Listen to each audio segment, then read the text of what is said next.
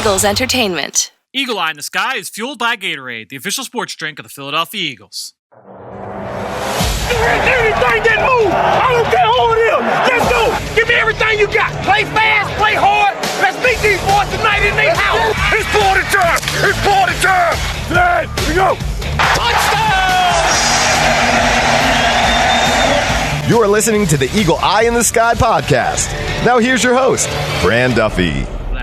That's right, on the week, and we're talking pass rush today as the Eagle Eye in the Sky podcast, fueled by Gatorade, continues. I'm Fran Duffy, and as always, I think we've got a great show for you here on episode number 314. At the top of this week's show, we've got Scouting Report, where I chat with Ben Fennell about the top 3 sack artists in the NFL this season. That's TJ Watt with Pittsburgh, Aaron Donald with the Rams, and Trey Hendrickson down with the Saints. What are the traits that we saw on tape? What about the schemes? What showed up there? What takeaways do we have from all 3 players? How do they apply to this Eagles group of pass rushers? We've got a lot to talk about, but before we get there, a couple of things I want to make sure we hit on. First up, I'm going to ask you guys once again to head over to our Apple Podcast page and just throw us your support with a rating and a comment. If you've got a question, if you've got a request for something for us to cover here on the show, and this could be about anything, now's the time. Jump on, let me know. Just leave your request in the comment section. I will fulfill that request here in the next couple of episodes. Also, if you enjoy my chats here with Ben on the Eagle Eye in the Sky podcast every week, then make sure you go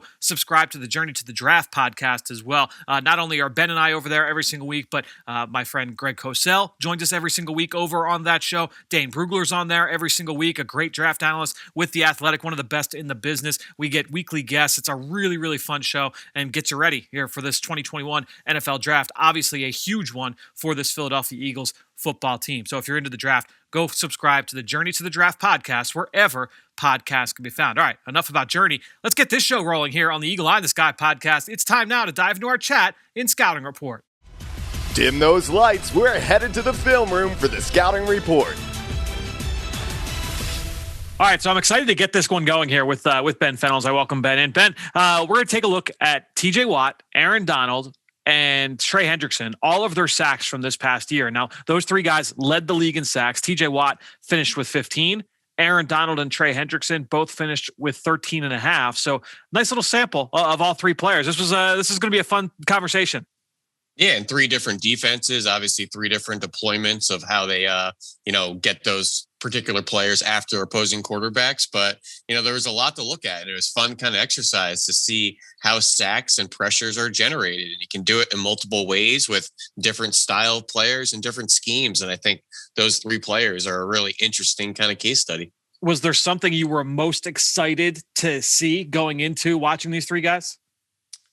Well, particularly how they generated that production. That was obviously the crux of the exercise. But I just want to differentiate how many of these sacks and pressures are done through effort, intensity, hustle, as opposed to speed and skill. So I want to see the speed of the pressure in combination with the hustle, the motor, the pursuit to finish plays, and what are yielding more results on a down-to-down and more of a consistent basis when looking at these pressures and sacks. So for me, it was kind of along those same lines. Like, one of the things I love talking about is like pass rush skill and a guy's plan in terms of attacking an offensive lineman. So I just wanted to watch these 3 guys work and see how many of those sacks, come from, showing that advancement as a pass rusher, that understanding of how to attack the guy across from you and get from A to B. And we talk all about traits, especially this time of year, getting into the NFL draft. How many of those traits show up with these 3 guys, considering their production just from this past season. So I was excited to dig into that. And before we get into our burning questions, we always do the stats that matter. So I'm going to go to you first. Were there some numbers that, maybe you did some research beforehand or as you were watching, doing any charting, what were some of the numbers that stood out to you during the process? Yeah, a couple things. Obviously, Aaron Donald has the high sack total that got him in this conversation, but his impact is so much greater. He had 104 QB pressures that led the NFL. That was 24 more than the next. That's insane. So while he has a high sack total, an impressive sack total, his impact comes with the pressures and hurrying of the quarterback's process as well. Sometimes that quarterback just barely getting the ball out before he goes to the ground. That takes. You said it was 104? 104 QB pressures this past year, according to PFF. So what's that like? That's like 8 a game, something like that. It's like something along those lines. That's insane. That's an awesome number. It's productive, Fran. Yeah, it is productive. I'm quickly going through here and just updating the board as I was going through different metrics on PFF Ultimate, which is a really good tool to study some of these players. Total pressures generated. Oh, excuse me, it was 111. Oh, okay. All right. So add a couple. That I included postseason then. So, all right. Okay. There we go. Shaq Barrett looks like he did squeeze the gap a little bit there in the playoffs as he had a really good run on his way to the Super Bowl. But some of the other stats, the time to sack. So I thought this is a really interesting perspective just to kind of equate how quickly are guys winning, or they clean up sacks and kind of effort, motor, pursuit stuff late in the down. Aaron Donald's average time to sack, 4.06. TJ Watt, 4.29. Trey Hendrickson, 4.8. And we'll talk a little bit more about this to give some perspective, as these numbers are all going to be very tight, and we're talking about tenths and hundredth place. But that's the NFL game. You know, it's a bunch of car crashes. Things happen very fast, and 4.06 versus 4.8 is an eternity in the pocket. So that's speaking to Aaron Donald's ability to win a little bit quicker than the TJ Watts and Trey Hendricksons of the world. And the last thing I have for you that's kind of interesting, Fran, Aaron Donald, more sacks on first down than third down. Right. Yep. And I think that's going to be an interesting conversation, because when you can play the run, you can play a little bit more. And I just want to check with you. You're allowed to throw the ball on first down in the NFL, right? I think that is actually encouraged by most analytically driven people. Yes. So run defenders play more. You're on the field more. That means you have the ability to generate more pressures and sacks. And I think Aaron Donald, TJ Watt, Hendrickson's all being able to generate pressures and stuff on first down really speak to the style of player we're going to be talking about. Yeah, I think all right. So when we're doing these clips, right, when we're doing all these scouting report segments, we're doing the film breakdowns, I like to chart stuff as we're watching, just to be able to go back to it later and reflect on it. And if everybody in here is that's listening has gone through a spreadsheet before, and going across from left to right, you have like column A, B, C, D. In this breakdown, I got into like A, F. Like I got into like, so I was charting a lot of things. So to try and narrow down a couple of different stats I wanted to make sure I brought to the table, I narrowed it down to 3, and there were a couple that I thought were interesting. A few I'm going to hit on for sure a little bit later, but 3 that I thought fit for this category. Number 1, 35 of the 43 sacks came on downs where there were at least 6 yards to go. All right, so you go into your third and longs. That plays into your first down as well. It's not just, third and 11, let's pin our ears back and go. There were plenty of first and 10 sacks. I believe of the 43, I believe it was 22 or 21 happened on first down. So half, right off the jump, half of them happened on first down. And again, it's with a lot of distance to go. So we could talk about make sure you get off the field. You as an offense, you want to stay ahead of the sticks. Don't make sure that, don't give the defense the ability to just get after the quarterback. Those certainly were led to the majority of these sacks. Number 2, 25 of the 43 sacks happened with the quarterback at the top of his drop, or getting right to just about to get to that second progression. Only 9 of them happened on scrambles, and 9 of them happened where the quarterback kind of dropped his eyes. He was pressured and was trying to avoid the rush, but was still within the confines of the pocket. So when you look at that, it's going back to what you were saying in terms of that ability to win quickly, get from A to B, get to the top of the pocket and attack the quarterback. More than half, well over half happened, in that phase, in that area of the field. And then the last one, we talk about the difference between a high side rush and a low side rush. A high side meaning you're going to win off the edge. You're going to try and turn the corner, win outside the opposing offensive lineman. Low side meaning you're either going to attack his inside gap or try and go right through the guy. The majority of these sacks were the latter. They were guys that were either going right through or winning on the inside gap. It wasn't just turning the corner and getting the outside edge. So I thought that was a notable stat as well. Yeah, I think that's really interesting, the path in which they won. And I think all 3 players have the ability to have that 3-way go, to win high side, inside, or to use that brute strength and go right through offensive linemen as well. All right. So the way we're going to do this is the way that I'm not sure how you did it, but I watched all of Watt's sacks first. Then I watched all of Aaron Donald's. Then I watched all of Trey Hendrickson's. And so we'll start with TJ Watt and watching all 15 of his sacks. What was your biggest takeaway from watching the film on all 15 of those plays?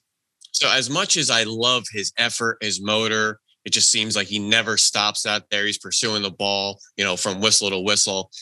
But each of these sacks, I want to say 90 or 95% of them, was some sort of display of playing through contact. And he never really looked to shake an offensive lineman or run around an offensive lineman. He wanted to play through them. And when you do that, you can obviously go from point A to point B much faster. It keeps you alive in the play that much more to then make second reaction pressures for quarterbacks wanting to step up or react to your rush or maybe make a play out and pursue out in space there. But TJ Watt's ability to play through contact in a variety of ways is what allows him to stay clean and on his feet 3, 4, 5 seconds into the play for a lot of those hustle and motor sacks that he generates. So, yeah, I think that's definitely one of the things to take away. And honestly, this is coming from a person in me that I was not super, super high on TJ Watt when he was coming out of Wisconsin. And even watching, we talked about this a little bit offline recently, just kind of looking at TJ Watt, looking at players that are like him, where you watch the production, you watch the big plays, and you're not blown away by the traits that he shows, right? This is not a guy that you're like, oh man, he is such a technician. Oh man, he is so powerful. He's a fluid athlete. He's loose, but he's not a guy that you're like, oh man, look at him just blow by the offensive lineman. But when you talk about his competitiveness, one of the things that I did was I tracked 6 different traits, 6 things that I think a lot of people would say, oh, this is what you're looking for in a pass rusher. For every single one of these sacks, I tracked whether a guy used his first step, his ability to bend and turn the corner, his power, his use of hands, his rush skill, and his competitiveness, right? So those 6 traits, and I feel like when you take those 6, you feel pretty good about a guy being able to rush the quarterback. His competitiveness showed up across the board, and that was what stood out most for me, not just with his sacks, but in terms of all 3 of these guys. If you don't have that competitiveness, that urgency, you talk about the ability to play through contact, you're not getting home to the quarterback. That's a necessary trait. So to me, watching TJ Watt, the competitiveness, that was his number 1 trait. And to me, the one that showed up least was flexibility. That's the one where you're like, yeah, you didn't necessarily need flexibility. He didn't need to turn the corner like that race car making the turn, on the Indy 500. You didn't necessarily need to have that in order to win. And I think that's a kind of an important thing to kind of take away from watching TJ Watt. We all fall in love with that, that sexy bendy edge rusher who can, turn the corner on the tackle, but you need more than that to have an NFL success. And I think an interesting exercise as we're throwing around some terms, suddenness and explosive and competitive. Yep. Fran, what's your elevator speech on a player that isn't competitive? What does that mean? Give me a quick definition of a kind of a framework. We're talking about his ability to be competitive. Yep. Go the other way. What's a player that's not competitive in your eyes? All right. Great question. So, and we should do that more often. So what a guy would look like that on film, number 1, gets stuck on blocks and does not show that ability to play through contact, right? So when an offensive lineman or even a tight end, that's the one thing you watch guys in college, if they're getting blocked one-on-one by tight ends, you're not a star pass rusher. I'm sorry, you cannot be getting blocked one-on-one by guys that are smaller than you. So playing through contact, number 1. Number 2, certainly that ability to make plays from the backside. And that's the thing with TJ Watt. He had so many plays that you would categorize as kind of like cleanup plays or effort plays where, somebody else, maybe it was Cam Hayward or Stephen Tuitt or Bud Dupree coming from the other side. Maybe it was a coverage sack. There were a couple of those where Joe Hayden locked a guy down or Steven Nelson jumped a route, forced the quarterback to hold on to the football, and now he's climbing or he's stepping away. And now here comes TJ Watt coming from the backside. If you don't have that consistent level of urgency, then you're not going to be able to find that production. So to me, when we're talking about competitiveness, I'm talking about playing through contact, that motor, and just that relentless ability to finish plays, whether that's backside or even chasing back in your same direction of the field. Yeah, that's great. I think you hit a home run there. I'm glad you hit my keyword of urgency. And just being competitive is just always being interested in the play, even if the action is away from you, even if maybe your initial move died out, having counter moves, and essentially being competitive. You could break it right down to a boxer being able to swing while getting punched in the face. I got news for you. That's not for everybody. Yep. It's like pushing out into the ocean with the waves coming at you. You have to keep fighting, keep churning. Listen, you're going to get hit in the face. You're going to get, tackles punching you in the throat. You don't get to say, hold on a second, let me put my mouthpiece back in and fix my face mask. It's gritty out there. You got to play through that stuff. And certain guys are wired a little bit differently. And this type of job, Fran, it's not for everybody. So a lot of that competitive nature there's just some brute toughness that comes with it. So like one of the plays, there was a sack against Houston in week 3. He gets chipped by the tight end and he gets pushed over a gap, right? And this essentially helped him get into the backfield. But again, when you talk about being able to play through contact, there was one where I think it was the week before against Denver. He's blocked by the fullback. I think this was down on the goal line or low red zone. He's blocked by the fullback. The quarterback starts to his left, works back across the field, and he's like, all right, I got nowhere to go. Steps up, comes to his right, and he steps right in to TJ Watt. But again, it was TJ Watt. He initially blocked, but stays in the play. And I thought just overall, that level of competitiveness showed up again and again and again and again. Yeah, absolutely. I think you hit that to a T. All right. So let's get to the next guy. Now let's talk about a little bit about Aaron Donald. What was your biggest takeaway from watching Aaron Donald in his, we ended up being 14 plays on 13 and a half sacks. As much as I want to say the word explosive, you see that all the time in Aaron Donald's movement patterns, his ability to play from a variety of alignments. But I think I want to sub out the word explosive for sudden. And whether that's his first step off the ball, whether it's his hand usage in clubs and rips and different, chop moves, whether it's his suddenness in shedding a block, or whether it's his suddenness surging to the quarterback once he clears that offensive alignment. You can just see all those different aspects of whether you want to call it an explosive element. It's just weird to call hands explosive. That's just kind of a weird framework. So right. I like the fact that he's sudden with all these things. And one of the interesting things of being sudden is you can be sudden to bull rush. You think sometimes sudden is always to run around guys. So I'm going to be sudden and shake you like a point guard and cross you up. I saw him be sudden to attack that little opening of an offensive lineman's chest and then bull him back. So to use that suddenness in so many different ways, winning off the line, hand usage, attacking the leverage and posture of offensive linemen, and then obviously surging and finishing to the quarterback, all checking the boxes of suddenness.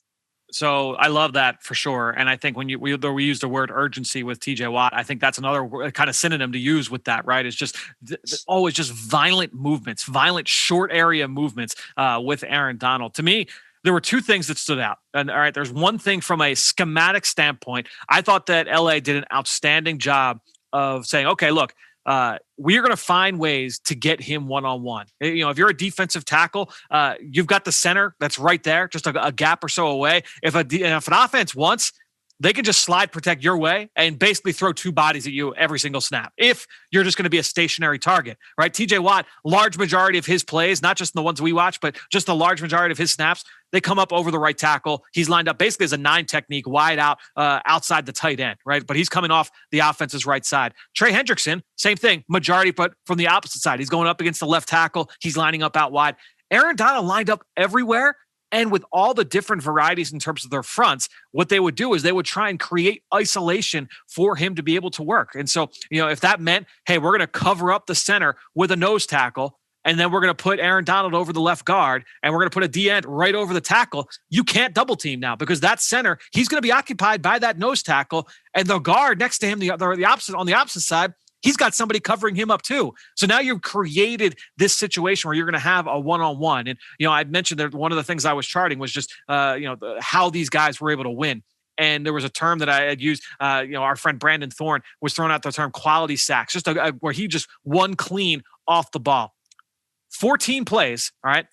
Aaron Donald had 11 quality sacks, 11, all right? So I'm like, all right, well, what does that look like compared to the other guys? TJ Watt had 4. Trey Hendrickson had 4. Aaron Donald had 11. When you just talk about a guy who was just winning off the ball and getting from A to B fast, Aaron Donald's an alien. He is crazy freaky in terms of his ability to win with technique. He can win with speed. He can win with power. He can win with effort. He is just outstanding. I mean, there's not much to say. And this isn't breaking news. Everybody knows Aaron Donald is one of the best players in the league. But I think that the other part of that is that they did a great job last year. And this will be a big task for the new defensive coordinator there, is to ensure that he can still get those one-on-one opportunities. Give him the opportunity to, rush one-on-one against the guy. We've talked about that in the past when it comes to offensive playmakers. Hey, Keenan Allen, yeah, he's great off press coverage. He's a great separator. That doesn't mean you can't help him every once in a while and create free releases for him. I think it's the same thing here with Aaron Donald. You can still find ways to make it easy for him. I don't think we talk about that enough with these generational talents, these, for all intents and purposes, Hall of Fame type talents. I think we're all safe with putting Aaron Donald there at this point. But we don't talk about putting those types of players in positions to be successful. Yeah. Now, listen, he's good at almost everything. He can win almost anywhere. But you can still use some schematic elements to help him and to put him in advantageous situations like you talked about. I just think we get so enamored with their ability. We don't always talk about the usage and the fits and the scheme in which they're using that ability. Yep. I think that's certainly a big thing to take into account when you're talking about Aaron Donald and his usage from last year. Let's transition now to Trey Hendrickson and our biggest takeaway from watching him. What was the big one for you? Well, he's just so technically sound. And he just seems like, I think on the 14 sacks ended up being 14 plays to watch for him. I think 13 out of the 14, he was the first guy off the ball. Yep. And just how consistent he is with his get off, his pass rush plan, his pass rush path too, of never having really bad rushes behind the quarterback, things like that. There's a lot of power rushes, a lot of things that are similar to TJ Watt, his ability to play through contact, power rushes, cleanup, effort, pursuit. But collectively, I was just really impressed with how technically sound Hendrickson was, which for all intents and purposes is the most physically limited out of these three. No doubt.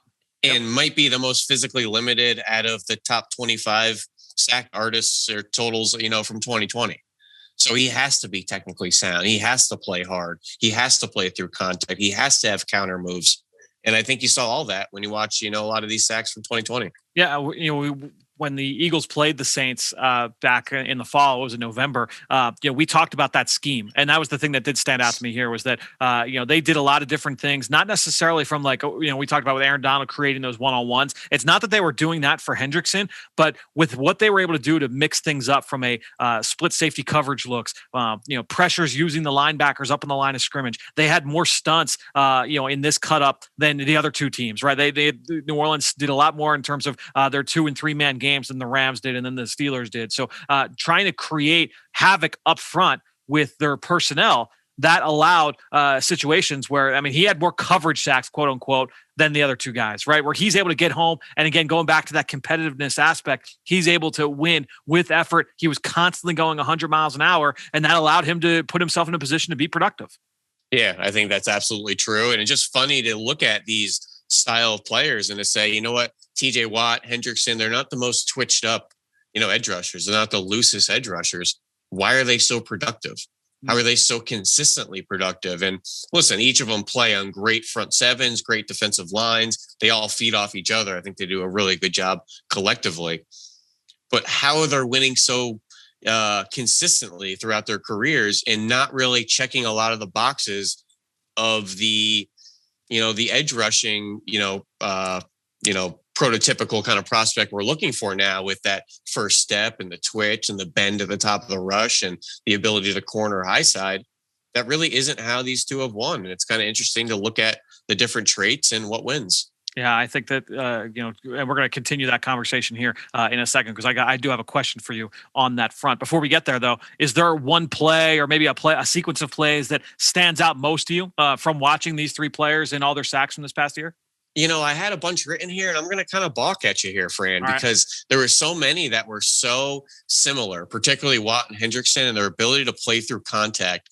And there was a play here actually of Trey Hendrickson where he had to engage the tackle. I think it was a little bit of a TE twist where the tackle penetrates the B gap.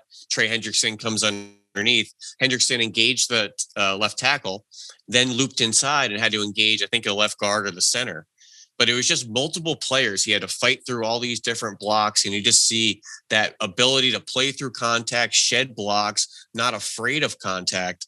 And you're going to face that, in a variety of different scenarios when rushing the passer. You're not going to be able to just run around everybody. So being able to obviously play through the contact is so important. And there's so many examples from these three. So for me, there was a 2-play sequence. I think it was two or 3 plays in a row watching. It was 2 Aaron Donald sacks, and just kind of marveling at his ability, and then also just how technically proficient he was. He had a sack against Washington relatively early in the year on a Superman cross chop, right? Which for listeners that can visualize this.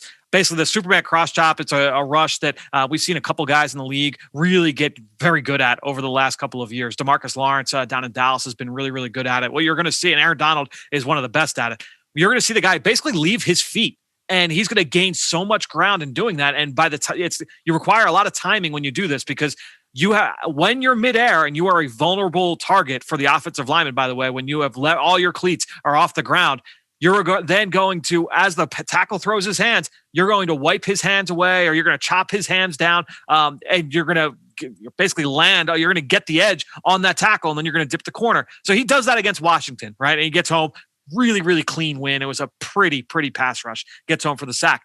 A couple weeks later, going up against Miami, he does the same move, except this time the offensive lineman there is waiting for it. I think it was the left guard. He's waiting on it. And when Donald's cleats hit the ground, he immediately converts to bull rush. Immediately. No wasted movement whatsoever. It's like, all right, you stop me on this rush. Now I'm going to collapse, and pushes the pocket, gets home for the sack. So you get 2 quality sacks. One where you've got that initial move where it was beautiful. And then the first move stopped, and you see him immediately convert to his next rush. That's the rush skill that we're talking. When I talk about pass rush skill, that's it right there. Like, that was it to a T. I absolutely loved that sequence. I think it was 2 weeks separated. I think it was like a week 5 to a week 7, separation there between Washington and Miami. But man, that was an awesome sequence of plays. Well, we might as well finish that whole package, because he had 3 sacks that day against Washington. Yeah. And his third was the one that I loved. He was coming from a wide alignment. He was outside the right tackle with the defensive end, but he's rushing against the right guard like a 3-tech. Yep. And I remember O-line masterminds in the summer of 2019. All the guards got together, and they pretty much started the conversation with Aaron Donald. How do we block this guy? Yep. And the consensus was, from some of the who's who of the NFL, whether it's Brandon Brooks or Ron Leary or whoever, was let him come to you. Don't jump guys like that. He wants to win quickly. He wants to knock your hands down and get past you. As opposed to guys with big chests like DeForest Buckner's and Chris Jones. You want to jump those guys and really strike that big strike zone. Yep. But guys like Aaron Donald, a little bit shorter profile, it's hard to get your hands on. So just keep backing up. Take your pass sets. Don't react to him. And in this particular rep, right guard Wes Schweitzer, I believe, Schweitzer, is in perfect spot, Fran. The end of the 3-tech is so wide out there. He took his pass set. He's sinking so far. Come to me, Aaron Donald. And you think that Donald's going to shimmy him and go around you? He just buries his face right into his chest right through him, and uses that suddenness to attack the chest and bull rushes him right back. And Aaron Donald, listen, he's 6'2", 290 pounds or whatever. He's shredded. You want him to bull rush you. Yep. That's probably the way offensive guards want him to come at you, because you're typically 320, 330 and can absorb that. So I thought he was in great position. And then he buries his chest and obviously is lower than these offensive linemen and pushes him right into Alex Smith and forces a fumble. But, the fact that I thought the guard was in the exact spot we want those guards to be in, Fran, and he still lost. Yep. It was just we had everything we wanted, and Donald's still that good. You know what it is too? And this was really startling to me, because one of the other things that I charted, I told you I was charting the traits for the pass rushers in terms of what showed up in their win, right? What showed up that led to the sack. I did the same thing if an offensive lineman gave up the sack, right? So if an offensive lineman was directly at fault, I said, okay, what traits or lack of trait showed up most? And so often, and we've talked about this, but it's just great, a great way to kind of visualize it. I remember down at O-line Masterminds and, Duke Manyweather talking about play speed, get out of your stance. Your feet good feet allow for efficient hand usage. And I think so often, especially against Aaron Donald, you see guys that are so worried, they are so stressed that they have got to get from A to B. I've got to get to my landmark against this guy or he is going to run right by me. And so often these guys are so stressed getting out of their stance and getting to the top of the rush that by the time they get there, they're so fast with their feet to get there, their whole body's out of whack. Their hands are wide, their chest is exposed, their base is terrible, their pad level's awful, their butt is straight up in the air. They've got no base whatsoever. And now he could just run right through you, or your hands are terrible and he's going to wipe them and get right by you. Everything started with that play speed, that ability to get out of your stance and get to your landmark, and then at least give yourself a shot to be competitive against him. Because if you weren't, you're going to get blown right by.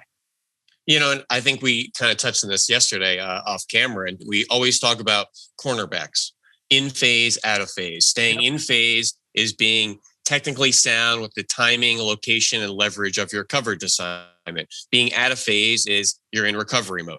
And there's different technique aspects when you're in phase and out of phase to completing the play. It's almost like offensive linemen can be in phase, out of phase. And Jesse talked about not getting off the line of scrimmage, getting off the snap. That immediately puts you out of phase into recovery mode. And nobody wants to be out of phase with anything on the football field. So just getting yourself in position to fight is part of the fight. And I think so many times we look at once they engage what went wrong. Sometimes it's the steps and the lead up to that position that puts them in position to win or not. That is so much more critical. And I think that's going to be something I really emphasize moving forward. And I'm going to talk about tackles and guards. He got out of phase at the snap and then nothing works anymore. You can't go back to your normal pass set if you're out of phase. You're in recovery mode. You're just scratching and clawing and probably going to drag down that pass rusher just to save your quarterback. So that's an aspect of kind of scouting and evaluation I think I'm developing and going to start to use and harp on moving forward. Yeah, to me, like the one thing that showed up most was a guy that the offensive lineman got beat because his hands were terrible. And I think, again, going back to it, it starts with the fact that the feet and the play speed, the getting out of his stance was bad, and that led to the hands being bad, if that makes sense. For those at home. So, and in a weird way, Fran, also like things happen out there. Like road domes are loud. There are instances as a tackle you get off the ball late. That's not an excuse to give up either. Right. Yep. So, the recovery aspect and being out of phase while we don't want to be there.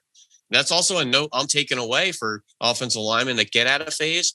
Can you recover? Can you scrap and claw and get yourself back in position? Save your quarterback a hit. How do you react when you're a little late off the ball, or maybe your left guard stepped on your foot, or maybe the running back took the wrong path and, bumped you by accident. As we saw a bad chip, as you mentioned earlier with TJ Watt, things like that happen.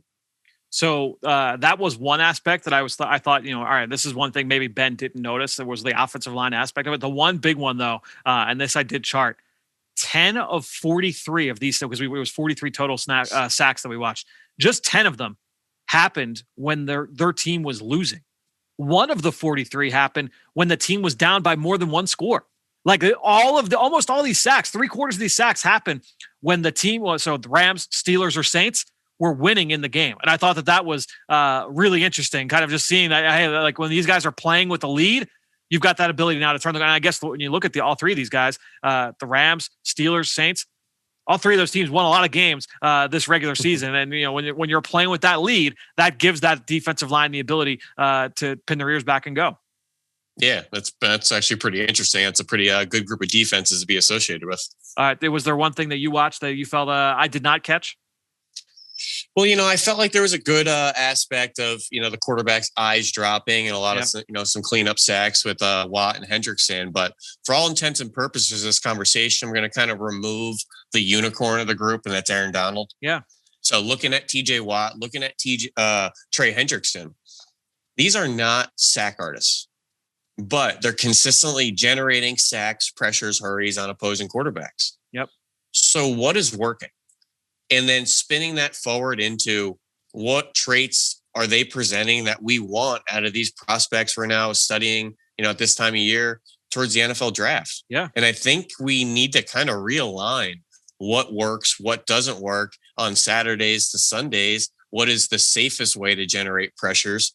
And what are the traits we want in our proverbial edges, defensive ends, QB hunters? Honestly, man, like I've been doing this for the last 2 years where I've been trying to pay closer attention and keep it like documented. Like, who are the guys that are performing at not even just like the elite level, right? Like, not, I don't want to just watch the all pros and say like, oh, this is what this guy is, but like the guys that are, you would say are good starters, solid starters, backups, role players, back end, bottom of the roster guys. What do those guys look like? What are the guys that are at the bottom rung? Like, what are they missing? The guys that are having success, like, what do they have? What do they not have? What's important? What's not important? And just looking at this group, it's just interesting that, I think when you look at the upper echelon of pass rushers in the NFL, so often, and I hit on this at the very top, that flexibility, that ability to turn the corner, that's not the trait, especially when it comes to sustained success in the NFL. Those guys are, they might have a season where, Vic Beasley's got 14 sacks or, he's one of the best pass rushers in the league. But then the next year, he's not that guy. He's got 3.5 or 4. To me, it's like that competitiveness and that ability to win with power and technique. To me, those are the guys that are having the sustained success in the NFL. And I think there's a lot of reasons why. Yeah, and I think, what I've been calling the past couple of years in differentiating the style of rushers. Some may say, are they the bendy, flexible speed rushers or some of the power rushers? And, a term I've been throwing around or a phrase are runaround types. Yeah. And that's my kind of catch-all term for the loose, the undersized edge rusher that wants to run around tackles, that snap jumps and loves to go high side. And, all the time I'll say, oh, that sack doesn't mean anything to me. He didn't use his hands. Because, he's just going to get punched in the head on Sundays with a good NFL tackle. Yeah. But what does that mean about wanting power rushers? I want the ones that want contact. I want the ones that aren't afraid of contact. The ones that can get punched in the face and take a step forward. The ones that can play through the half man. Going from point A to point B is the most direct path in anything in life. So use that in getting after the quarterback where you only have 3.5 seconds to do it. Run around types take longer to run around. And then when you go from A to B, that just means you're alive in the play that much more to make a reactive play, whether the quarterback wants to break the pocket wide, whether he wants to step up, and then you're still in position as opposed to high side rushers. We talk about flyby rushes quite often. That's when you speed rush behind the quarterback into no man's land and the quarterback steps up. So it's really trying to harp and find what I want out of these types. And they may not be the twitchiest. They may not look great in a 3-cone drill. They may not look good at the combine. They may not have the length as Trey Hendrickson has proven, one of the more, I think he had short arms, if I'm not mistaken, coming at FAU. I'll look at that while you keep talking. Go ahead. But it's just kind of realigning what I want out of this position. And I think so often we look at who is in the Hall of Fame? What are the general traits that they have? Von Millers and DeMarcus Wares and Freeney's. What do we want out of them? And I think we need to realign and not look for the unicorn. You can't replicate unicorns. You can't replicate the outlier. Otherwise, you're going to be searching for an outlier forever. Aaron Donald's not coming through that door in this 21 draft, the 2022 draft, the 2023 draft. Aaron Donald's not coming through there. So I'm not looking at Aaron Donald and saying, Oso Odigizua, I need him to look like that. Right. Nobody's going to look like that. So what are the traits that wins? What is that high floor? And where can I get the production, immediately? And I think, Aaron Donald with more sacks on first down this year than third down. Aaron Donald and TJ Watt were top 3 in first down sacks last year and 2018. And Bradley Chubb led in QB pressures his rookie year. He led in first down pressures. Because they're on the field. How are you on the field? You're a good run defender. How are you a good run defender? You're tough, you're big, you're physical, you're stout at the point of attack first and foremost. Yep. And that's how you get on the field. And that's how eventually you'll get pressures. I think it's such a fun conversation. And it's one of my favorite positions to study. And since there are so many guys that have these different body types that find success, Shaq Barrett looks way different than Zadarius Smith, who looks way different from Chandler Jones, right? Like all these guys have different body types, but I think that there are some core traits and core characteristics that match across the board. And it's just fun being able to try and diagnose what that is. But I agree with you wholeheartedly that when you have the guy that, I'll throw the term, I called Aaron Donald an alien earlier. You're not going to find that guy on a consistent basis. So being able to diagnose that guy is a special, he is an outlier. But who are the other guys at that position that also present those, that same kind of stress to an offense, and how do we best replicate that? I think it's always a fun conversation at every position. My last question for you on our way out the door is this. Looking at just this, and this will make this an Eagles related question here. Looking at these pass rushers for the Eagles, and you could throw Fletcher Cox and Javon Hargrave, Malik Jackson, all those guys in the interior in as well. But mainly Brandon Graham, Derek Barnett, Josh Sweat, we saw really come on. Any kind of takeaways with those guys as you kind of coming out of this exercise, and then painting your attention towards that group? Well, the defensive line over the last 5 years with the Eagles has been infectious with their intensity, effort, hustle, not only from the edges, but the defensive linemen as well, whether that was Fletch, Timmy Jernigan, Malik Jackson, whoever it was, across different position coaches. It's an infectious trait. It's one that they demand among their teammates. And you see that with Brandon Graham, Barnett, and Josh Sweat. And I think it's interesting. They all three different shapes and sizes and all win differently. But I think the best aspect is how hard they all play and how willing they are to play to the whistle and really, generate a lot of those motor effort plays, whether it's in third downs and getting after quarterbacks or just hustling to plays all over the field in general. And I think it's been a lot of fun to watch Josh Sweat turn from a developmental prospect into a pretty technical rusher, or Derek Barnett kind of use that snap jumping bend flexibility into a pursuit player and using that all around athleticism to clean up plays like we just talked about, Hendrickson and TJ Watt, and that's how they make their money. While still developing those low side rushes too. I mean, we've seen him with the inside spin and the long arm. We've seen him work some of those in as well. 1,000%. It seems like he's really starting to embrace playing through contact a lot more than the way he generated many of those SEC record sacks at Tennessee, where he was more of a runaround type. So that's also buyer beware that, hey, if you were a snap jumper runaround type in college, just because you were doesn't mean you can't do the other stuff. So there's always going to be a little bit of figuring out, developing, discovering with prospects once you get your hands on them. Sometimes the discoveries are great. Sometimes they're disappointing. And that's why the draft really isn't a complete animal. But to kind of spin this forward and things we talk about quite often on the Journey to the Draft podcast presented by AAA, somebody I think is going to have a really productive rookie year because of all the things we were talking about, like a Carlos Basham at Wake Forest, who isn't the twitchiest guy, isn't the fastest guy, isn't the most technical guy, but he is tough and he is relentless and he's going to chase plays forever all over the field. So he's a guy that I don't know where you get drafted, but he's the type that I think, that's the TJ Watt, Trey Hendrickson, high motor type, physical type that I'm expecting to win and win early. Yeah, this was a fun conversation. And next week, we're going to go back to the offensive side for another really fun one because, Ben, next week, we are going to go through all of Travis Kelce's catches from this past season. Now, truly a unique player at the position, but we're going to talk about usage. We're going to talk about how he wins at the top of routes, at the catch point. A lot to get to with Travis Kelce, but that will be a fun conversation. We'll do that next week right here on the Eagle Eye in the Sky podcast, fueled by Gatorade.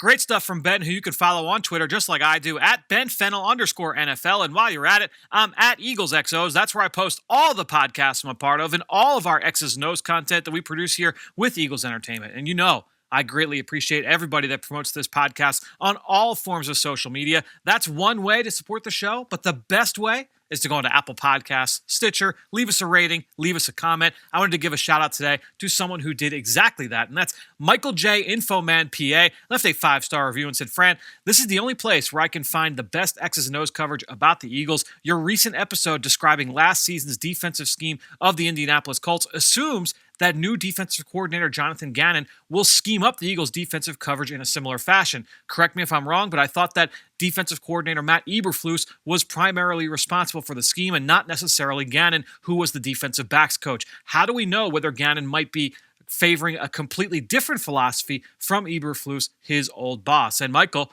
that's a great question, and we don't know that, right? That's the big thing, and we did talk about that last week late in the show, was that everything that we talked about, that's just what we have with this body of work. And I promise you, that's what NFL teams, opponents that are preparing for the Eagles, they're going to be going off of last year's Colts film until they've got new film to go through. They're going to take some other things into consideration. Certainly, as we mentioned last week, he worked under Mike Zimmer in Minnesota. He worked under Jerry Gray as a lower level assistant out in Tennessee as well.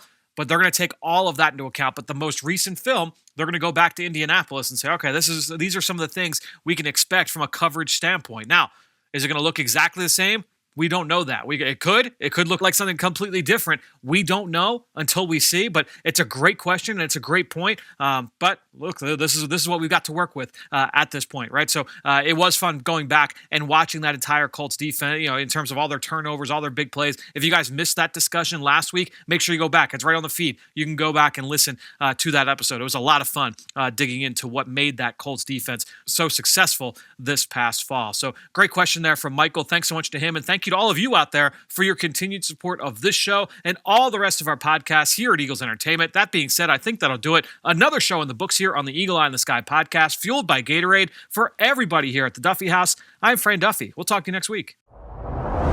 In just over 3 years, Eagles Autism Foundation has raised millions of dollars for autism research and care. But this is about so much more than just fundraising. This is about making a transformational difference in the lives of those affected by autism. This is about bringing our community together. With inclusive, sensory-friendly events and accessible resources, we meet families where they need us most and where we can serve them best. Together, we're united in our mission to improve the lives of the autism community and to turn awareness into action. It's what we focus on every day in every way.